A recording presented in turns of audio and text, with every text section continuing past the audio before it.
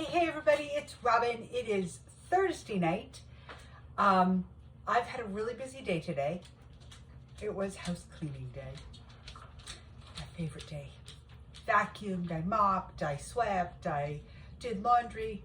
So to combat that, I put a frozen ham in the oven, and there she is in all her glory.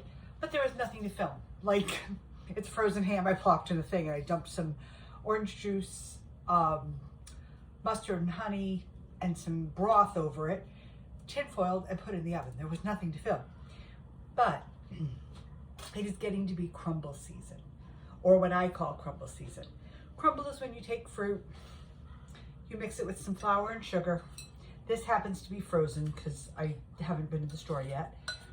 You mix it with some flour and sugar, so as it melts and cooks and the juices come out of it, it makes it like a thicker juice, a thicker filling. So this is like 2 cups of frozen blueberries, and they happen to be Maine blueberries because if you look, they're little. So I'm going to put those in my little pan that is well greased. Now, you could do this with strawberries. You could do this with strawberries and rhubarb. You could do this with blackberries and red raspberries. You could do this with a mix of 3 kinds, whatever you want to do. Any kind of fruit you like. You can do it with apples too, but apples to me are always the fall. So when berries start to come into season, I normally do this, but I was like dying for it today as a dessert for the ham tonight. So I just put that into my little greased pan. And I tend to make them small because if it's in the toaster oven and there's me eating it, I don't need tons. This is a crumble topping. Crumble topping, brown sugar, melted butter, flour, oatmeal, and vanilla is going to go into it.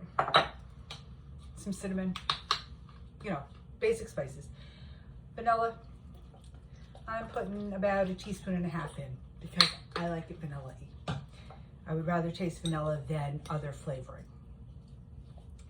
But I will tell you, if I do cherries or raspberries, I do almond flavoring instead of the vanilla. Just a me thing, because I like almond with those 2 flavors.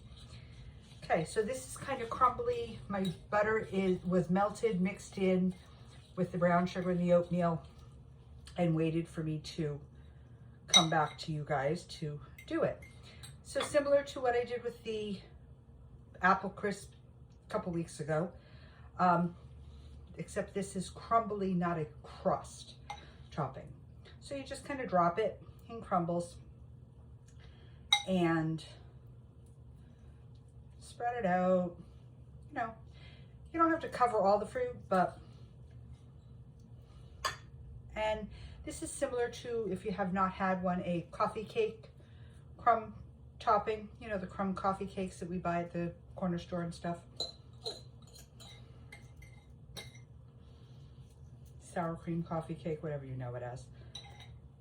Okay. And this is, oops, there we go. I'm gonna go into the oven for, 20, 25 minutes.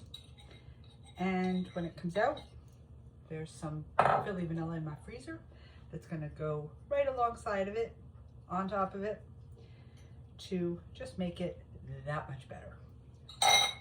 So that's what it looks like. You can still see berries. And like I said, I'm gonna pop it in my toaster oven. It's gonna bake about 20, 25 minutes. And then come out and get topped with vanilla ice cream. And that'll be it.